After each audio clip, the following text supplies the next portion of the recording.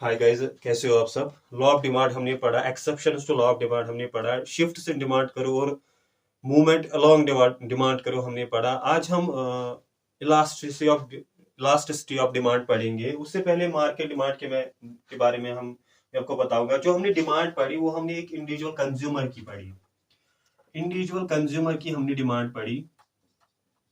लेकिन जो मार्केट होता है उसमें एक ही कंज्यूमर नहीं होता है, मोर देन वन कंज्यूमर होते हैं क्वाइट ऑफन। ठीक है, तो टोटल डिमांड जो एग्रीगेट डिमांड है मार्केट में वो हम कैसे निकालेंगे।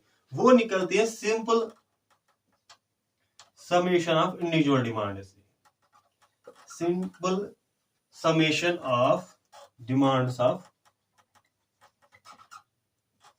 Individual consumer. जो अलग अलग कंज्यूमर्स डिमांड करते हैं उनकी डिमांड्स को जो हम सिंपली ऐड करते हैं तो हमें मार्केट डिमांड मिलती है। मतलब मार्केट डिमांड क्या होगी, डिमांड इन द मार्केट होगी। अगर कंज्यूमर ए की डिमांड करता है किसी भी प्रोडक्ट एक्स की Q1 क्वांटिटी और कंज्यूमर बी इसी प्रोडक्ट की Q2 क्वांटिटी डिमांड करता है, अगर दो कंज्यूमर्स हैं मार्केट में फॉर एग्जांपल, तो मार्केट डिमांड क्या होगी, simple addition of individual demands Q1 plus Q2। इसी तरह अगर एक और कंज्यूमर होगा उसका Q3 डाइजेस्ट जो भी जितने भी कंज्यूमर्स होंगे प्लस Qn। ठीक है, n नंबर ऑफ कंज्यूमर्स के लिए market demand Q1 plus Q2 plus Q3 digest plus Q1, ये होगी इंडिविजुअल कंज्यूमर्स के लिए मार्केट डिमांड। ग्राफिकली भी हम निकाल सकते हैं इंडिविजुअल डिमांड करो उसका एडिशन लेके। ठीक है, फॉर एग्जाम्पल अगर कंज्यूमर ए की डिमांड करो ऐसी है, प्राइस पी पे वो डिमांड करता है इतनी Q1 क्वांटिटी, और ये कंज्यूमर बी जो है वो प्राइस पी पे डिमांड करता है, सेम प्राइस पी पे वो डिमांड करता है Q2 quantity. Consumer 2 same price पे Q2 क्वांटिटी डिमांड करता है कंज्यूमर बी। तो मार्केट डिमांड करो इनकी जो इंडिविजुअल डिमांड करो उसका हॉरिजॉन्टल समेशन होगा, मतलब इस और इसका समेशन होगा Q1 प्लस Q2। तो डिमांड करो जो मार्केट डिमांड करो सेम प्राइस पे जो मार्केट डिमांड करो है वो थोड़ी सी फ्लैटर बन जाएगी। मतलब इसी प्राइस पे कंज्यूमर डिमांड करेगा, हॉरिजॉन्टल समेशन होगा इंडिविजुअल डिमांड्स का। जो मार्केट डिमांड होगी Q1 प्लस Q2, वो Q1 इतने और इतने का सम होगा, मतलब इतना, मतलब हॉरिजॉन्टल समेशन सेम प्राइस पे। ऐसे अगर मोर देन 2 कंज्यूमर्स होंगे तो जो जितने भी उनकी इंडिविजुअल डिमांड्स हैं उनका हम सम करेंगे। ठीक है, जो डिमांड करोज हम रिप्रेजेंट करते हैं, जैसे अगर हम डिमांड करो रिप्रेजेंट करते हैं, जो डिमांड करो हम जनरली रिप्रेजेंट करते हैं A प्लस DP से, या हम रिप्रेजेंट करते हैं नेगेटिव स्लोप होता है तो A माइनस BP। ठीक है, तो अगर कंज्यूमर 1 के लिए हम डिमांड करो को रिप्रेजेंट कर सकते हैं, फॉर एग्जांपल हम इसको 10 माइनस P से रिप्रेजेंट करते हैं, मतलब B जो स्लोप है यूनिटरी स्लोप है, मतलब यूनिट स्लोप है इसका 1 है। ठीक है, और कंज्यूमर ए की डिमांड करो की इक्वेशन है, अगर कंज्यूमर बी की हम डिमांड करो की इक्वेशन बनाएंगे Q2, वो बनाएंगे हम 15 माइनस P। फॉर एग्जांपल 10 और 15 लाया कहां से मैंने, ये जब हम प्राइस 0 करते हैं तब क्वांटिटी डिमांडेड कितनी होगी कंज्यूमर 1 की 10, मतलब 0 प्राइस पे वो 10 डिमांड करेगा। ये हाइपोथेटिकल मैंने लिया है, ये कंज्यूमर की हम स्टडी करते हैं तब वहां से हमें निकलता है। जब किसी इंडिविजुअल कंज्यूमर के लिए हम प्रैक्टिकली स्टडी करेंगे तब हमें 10 निकलेगा, मतलब वो कितनी डिमांड करेगा 0 प्राइस पे, वो यहाँ पे एक कांस्टेंट मिल जाएगा। वो कांस्टेंट मैंने 10 लिया, कंज्यूमर 2 के लिए वही कांस्टेंट मैंने 15 लिया, 0 प्राइस पे वो 15 डिमांड करेगा। ठीक है, इनका जो मार्केट डिमांड होगी वो क्या होगी, देखिए जो कंज्यूमर 1 है ना, ये 0 टू, अगर ये इसका प्राइस 0 होगा तो ये 10 डिमांड करेगा, प्राइस अगर 10 होगा तो ये 0 डिमांड करेगा, क्योंकि यहाँ पे 10 आएगा Q1 0 बन जाएगा। इसके केस में अगर प्राइस 0 है तो ये 15 डिमांड करेगा, अगर प्राइस 10 है तो ये 5 डिमांड करेगा।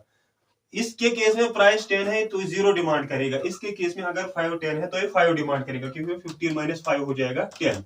मतलब 0 से लेकर 10 तक ये दोनों कंज्यूमर्स कुछ ना कुछ डिमांड करेंगे, वो आएगी, उसकी डिमांड आएगी Q1 प्लस Q2 आएगी 10 माइनस 5 प्लस 15 माइनस P।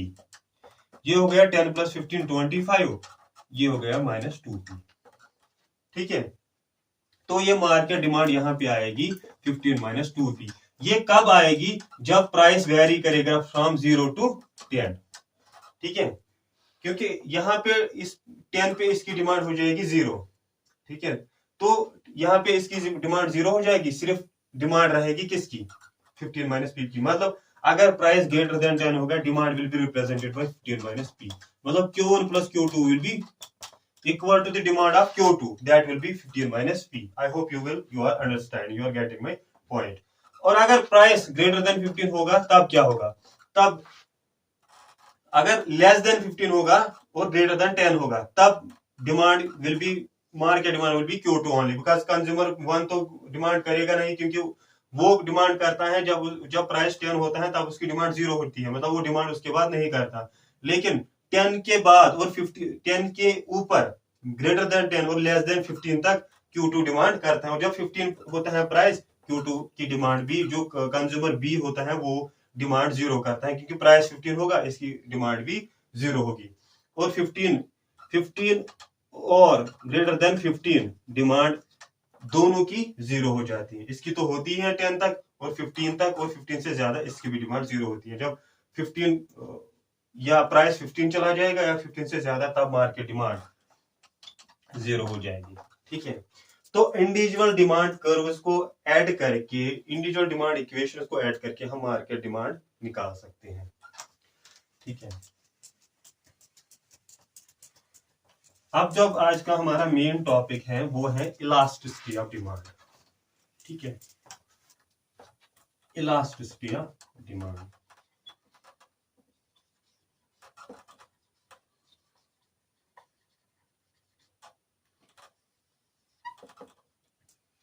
हमने लॉ ऑफ डिमांड पढ़ा, जो हमें बताता है प्राइस की चेंज होने से जो डिमांड है कंज्यूमर की वो चेंज होती है। मतलब प्राइस के इंक्रीज होने से डिमांड डिक्रीज होती है, प्राइस के डिक्रीज होने से डिमांड इंक्रीज होती है। लेकिन ये डिमांड कितनी इंक्रीज होती है पर यूनिट प्राइस, या कितना, अगर प्राइस चेंज होगा तो डिमांड कितनी इंक्रीज होगी, उसको कहते हैं elasticity of demand.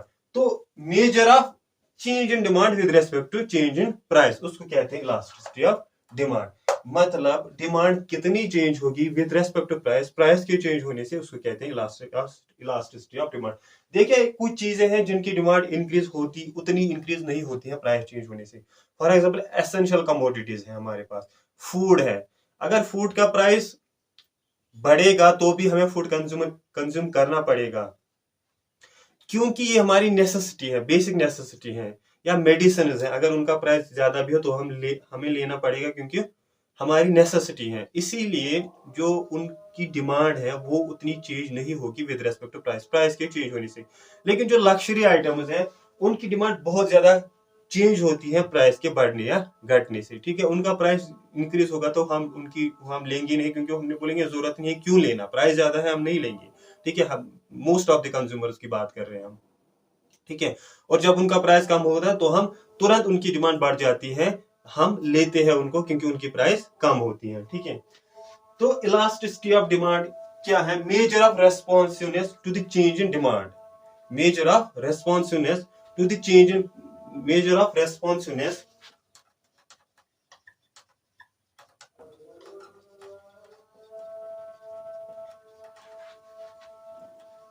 of a consumer in quantity demanded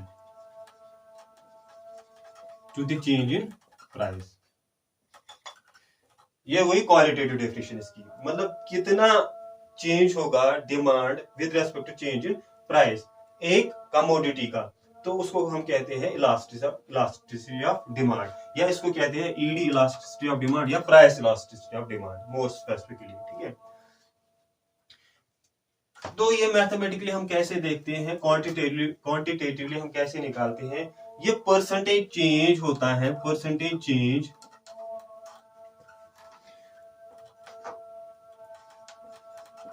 ये होता है equal to percentage change in quantity demanded divided by percentage change in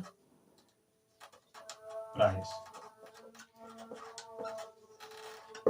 quantity demanded में कितनी परसेंट चेंज आएगी with respect to quantity percentage change in price, उसको कहते हैं elasticity of demand. ठीक है, कई गुड्स के लिए जो इलास्टिसिटी ऑफ डिमांड है वो कम होती है, कई चीजों के लिए ये ज्यादा होती हैं। ठीक है, फॉर एग्जांपल अगर हम देखें जो परसेंटेज चेंज इन प्राइस होता है, percentage change in quantity demand होता है, वो होता है Q2 minus Q1, initial final quantity minus initial quantity. ये हम लेते हैं with respect to initial quantity, with respect to initial quantity into, क्योंकि परसेंट में लेना है तो मल्टीप्लाइड बाय 100। तो final quantity Q2 minus initial quantity Q1 with respect to initial quantity, change हम हमेशा दिखाते हैं इनिशियल वैल्यू के रेस्पेक्ट में। परसेंटेज चेंज इन हम प्राइस दिखाते हैं P2 minus P1 divide by P1, जैसे percentage change in quantity, final price minus initial price divide by initial price. For example अगर किसी गुड का प्राइस, अगर इनिशियल प्राइस है P1 और Q1 है इसका, इनिशियल प्राइस है इसका P1, फॉर एग्जांपल 10 रुपीज है इसका इनिशियल प्राइस, और हम इसकी जो है 5 यूनिट्स खरीदते हैं। जब इसका प्राइस 8 होता है फाइनल प्राइस, ठीक है, जब इसका प्राइस 8 होता है final price,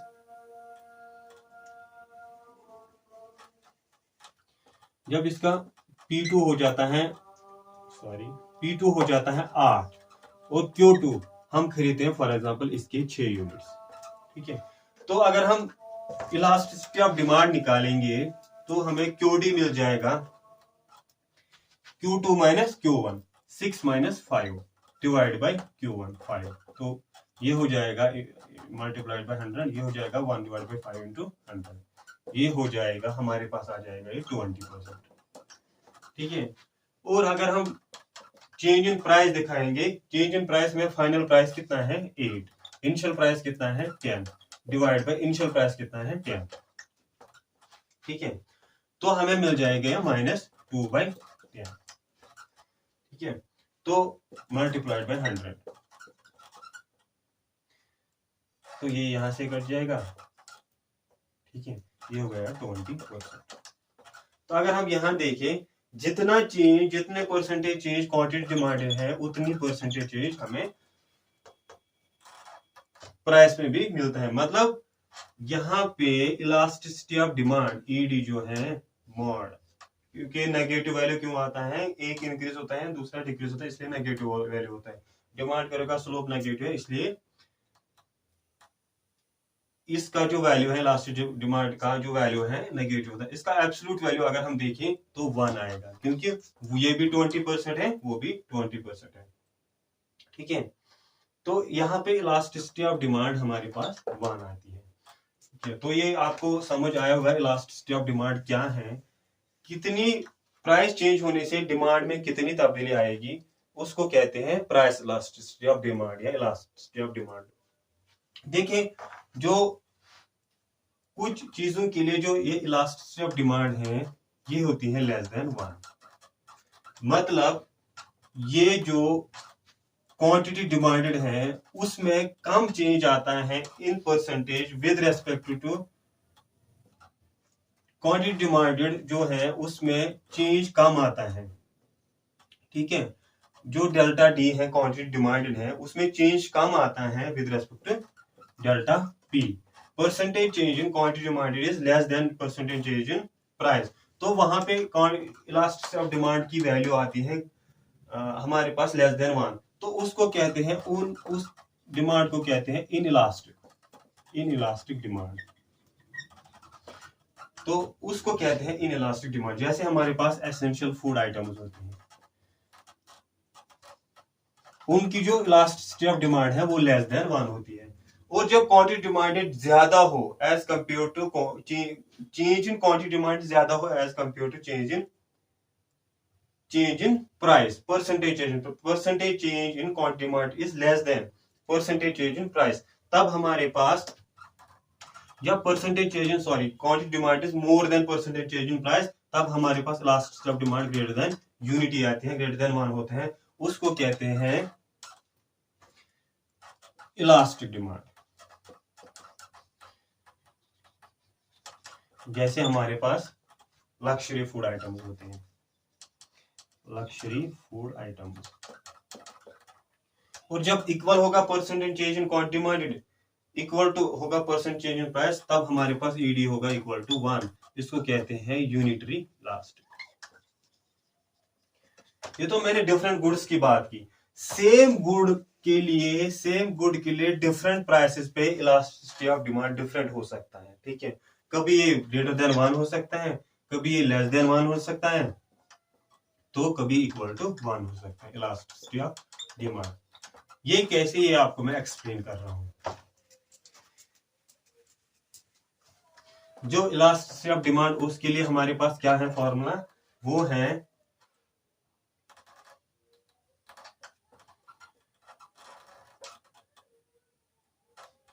change in quantity demanded with respect to initial quantity,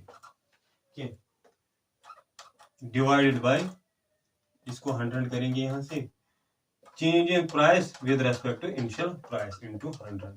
ये 100 और 100 यहां से कैंसिल हो जाएगा, हमारे पास मिल जाएगा delta Q divided by Q divided by delta P divided by P. तो ये हो जाएगा delta Q divided by Q into P divided by delta P. ये हो जाएगा delta Q divided by delta P into P by Q. ये हमारे पास आ गई इलास्टिसिटी ऑफ डिमांड। ये मैं शॉर्ट में लिखूंगा अब यहां पे, delta Q divided by delta P into P by Q.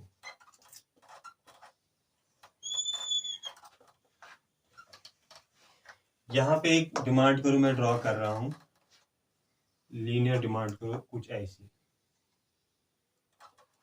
ये क्वांटिटी, ये प्राइस,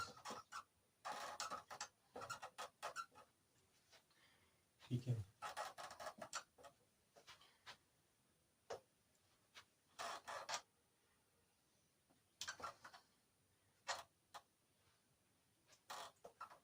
डिमांड करो जो है उसका क्या, उसकी क्या इक्वेशन है, उसकी इक्वेशन है ए माइनस बीपी, ए माइनस बीपी। ये जो बी होता है ये इक्वल टू होता है, जो स्लोप ऑफ डिमांड करो ये होता है delta Q by delta P.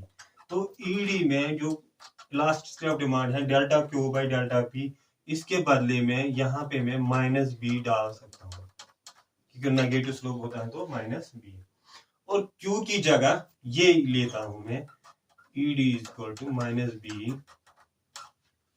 Into P divided by Q के बदले में ये लेता हूं ए माइनस बीपी।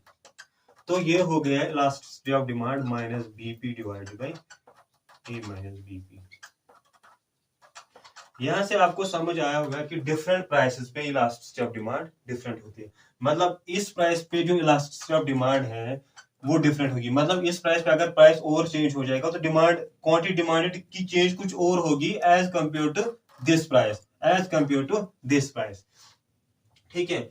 अगर हम ये जो, अगर हम इसको देखें,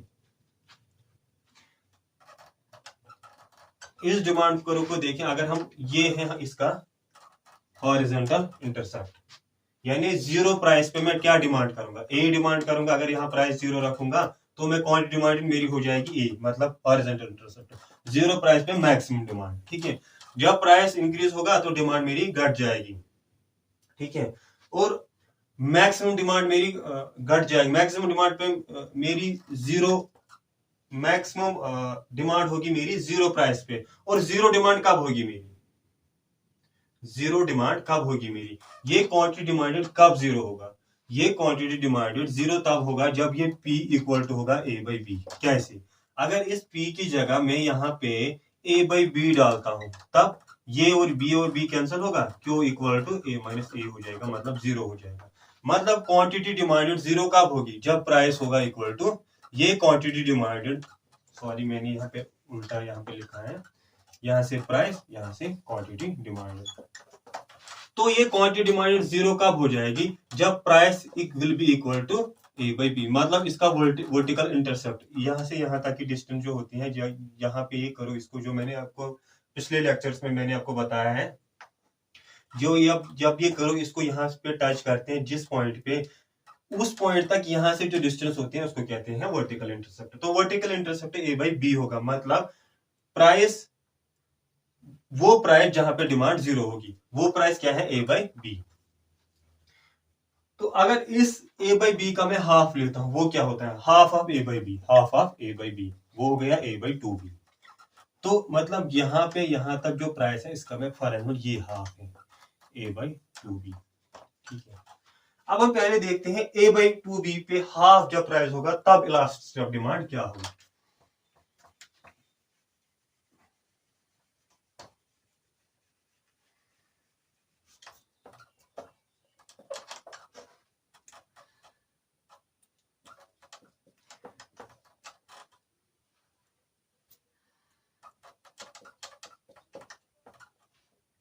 ठीक है, P की जगह प्राइस में लेता हूं ए बाई 2b। ठीक है, इलास्टिसिटी ऑफ डिमांड हम देखते हैं B minus A by 2b, यहां पे भी A minus B into P के बदले ए बाई 2b। प्राइस मैंने इसका जो पूरा इंटरसेप्ट है उसका हाफ ले लिया। ठीक है, कब इलास्टिसिटी ऑफ डिमांड मेरी बनेगी, ये यहां से कैंसिल हो जाएगा, माइनस ए बाई 2, ये यहां से कैंसिल हो जाएगा, a माइनस ए बाई 2, मतलब 1a और आधा a, ये हो गया आधा a।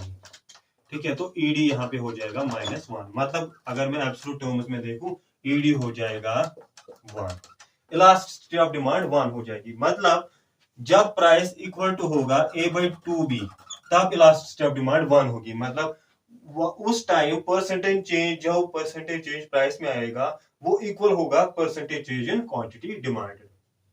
ठीक है, तो यहां पे अगर हम देखें तो इलास्टिसिटी ऑफ डिमांड होगी इक्वल टू 1।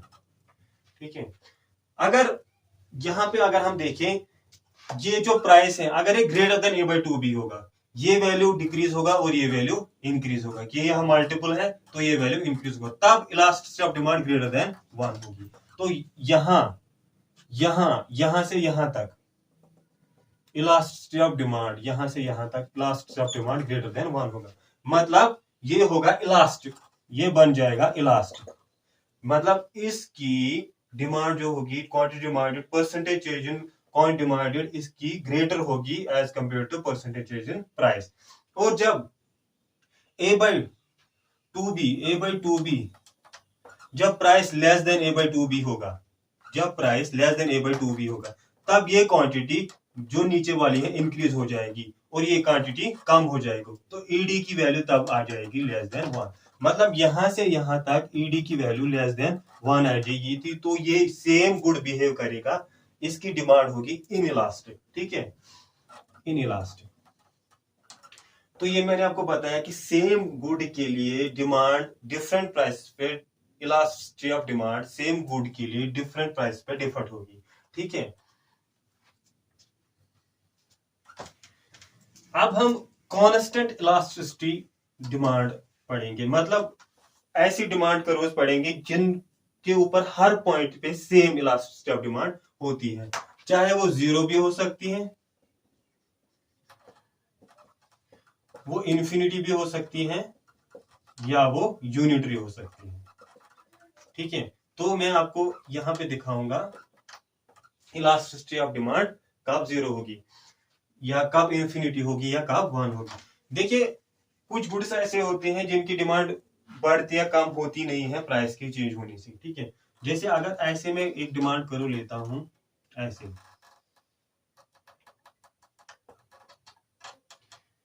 ये यहां से प्राइस, ये क्वांटिटी डिमांड। ठीक है, 0 प्राइस पे भी इतनी डिमांड कर रहे हैं हम, यहाँ पे अगर 5 यूनिट्स की प्राइस है या 10 यूनिट्स की प्राइस है, कितना भी प्राइस हो डिमांड सेम रहती है हमारी। ठीक है, मतलब प्राइस के चेंज होने से क्वांटिटी डिमांड में कोई फर्क नहीं पड़ रहा, मतलब क्वांटिटी डिमांडेड 0 होती है, इलास्टिसिटी ऑफ डिमांड भी 0 होगी, क्योंकि percentage change in quantity demand 0 होगी। प्राइस में कोई भी चेंज आए, कितना भी चेंज आए, क्वांटिटी डिमांड हमेशा, चेंज इन क्वांटिटी डिमांड हमेशा 0 होता है, तो वहां पे इलास्टिसिटी ऑफ डिमांड 0 होगी। ये इस कर्व पे हर जगह पे होता है, तो एक कांस्टेंट होती है इलास्टिसिटी ऑफ डिमांड इस कर्व के हर जगह पे। ठीक है, चाहे इस पॉइंट पे देखें, इस पॉइंट पे देखें, हर जगह इलास्टिसिटी ऑफ डिमांड 0 होगी। अगर इसी तरह ऐसी करो हम लेंगे, ऐसी करो, देखिए इस प्राइस पे जो भी डिमांड करता है कंज्यूमर, चाहे कम डिमांड करता है ज्यादा डिमांड करता है, सेम प्राइस पे करता है। इसी प्राइस पे ये Q1 क्वांटिटी डिमांड है, Q2 है, Q3 है, तो इसी प्राइस पे ये है, ये भी है, ये भी है, तीनों क्वांटिटी सेम प्राइस पे है। अगर ये प्राइस थोड़ा सा भी ज्यादा हुआ तो क्वांटिटी डिमांडेड जीरो हो जाती है, थोड़ा सा भी कम होगा तब भी क्वांटिटी डिमांडेड जीरो हो जाती है। ये परफेक्ट कंपटीशन में ऐसा होता है। तो प्राइस थोड़ा सा भी चेंज हो तो इसमें थोड़े से प्राइस चेंज होने से क्वांटिटी डिमांड में बहुत ज्यादा फर्क आता है और इलास्टिसिटी ऑफ डिमांड यहाँ पे इनफाइनाइट हो जाती है। अगर थोड़ा सा भी प्राइस में चेंज आएगा ना, इनफाइनेटली स्मॉल, लेकिन क्वांटिटी डिमांड में बहुत ज्यादा चेंज आता है, उसकी वजह से कितना चेंज आता है कि बिल्कुल जीरो बन जाती है, क्वांटिटी डिमांड ही नहीं करता कोई। अगर थोड़ा सा भी चेंज आता है प्राइस में तो कोई भी कंज्यूमर डिमांड ही नहीं करता, मतलब करंट डिमांड में चेंज बहुत आता है थोड़ा सा प्राइस चेंज होने की वजह से, जिसकी वजह से इलास्टिसिटी ऑफ डिमांड इनफाइनाइट बन जाती है। ठीक है, और एक और केस है जहां जहां करो, यहाँ ये हर एक पॉइंट पे होता है, करो क्या हर एक पॉइंट पे थोड़ा सा भी अगर प्राइस चेंज हो गया तो क्वांटिटी डिमांड में बहुत ज्यादा चेंज आती है, इलास्टिसिटी ऑफ डिमांड इनफाइनाइट बन जाती है। Same is the case with this. तो इन दो कर्व्स में जो इलास्टिसिटी ऑफ डिमांड है वो कांस्टेंट रह जाती है हर एक पॉइंट पे। ठीक है, इसी तरह अगर हम एक केस है जो जिसमें हमें डिमांड करो बन जाती है रेक्टेंगुलर हाइपरबोला, डिमांड करो की शेप कुछ ऐसे बन जाती है, रेक्टेंगुलर हाइपरबोला इसको बोलते हैं। ठीक है, और इस केस में हर एक पॉइंट पे डिमांड जो है, इलास्टिसिटी ऑफ डिमांड है वो यूनिटी होती है। ठीक है, अगर यहाँ पे हमारे पास P1 है, उस पे क्वांटिटी डिमांडेड Q1 है फॉर एग्जांपल, यहाँ पे क्वांटिटी, यहाँ पे प्राइस, और यहाँ पे P2 है, उस पे क्वांटिटी डिमांडेड Q2 है। ठीक है, यहाँ पे जो percentage change in quantity demanded है वो हमेशा हमेशा हर एक पॉइंट पे सेम होता है, equal to percentage change in price. ठीक है, देखिए यहाँ पे जो होता है, इस जो हाइपरबोला की आपकी इक्वेशन है वो होती है XY इंटू सी। यहाँ पे C कांस्टेंट होता है, X एक गुड का एक क्वांटिटी डिमांड होती है, ये X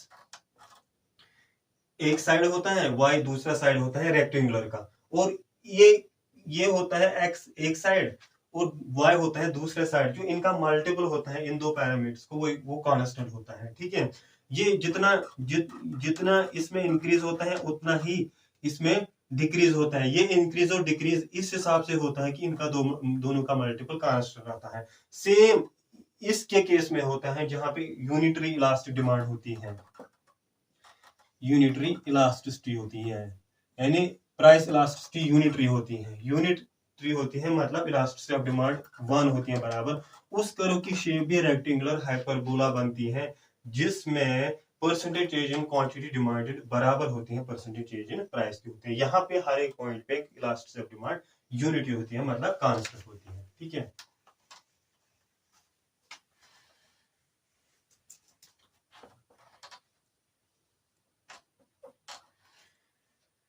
तो ये था इलास्टिसिटी ऑफ डिमांड के बारे में। ठीक है, तो आगे हम इसमें इलास्टिसिटी और एक्सपेंडिचर, इलास्टिसिटी ऑफ डिमांड और एक्सपेंडिचर के जो रिलेशन है वो हम पढ़ेंगे। आज के लेक्चर में इतना ही। होप आपका लेक्चर, आज का लेक्चर आपको समझ आया होगा।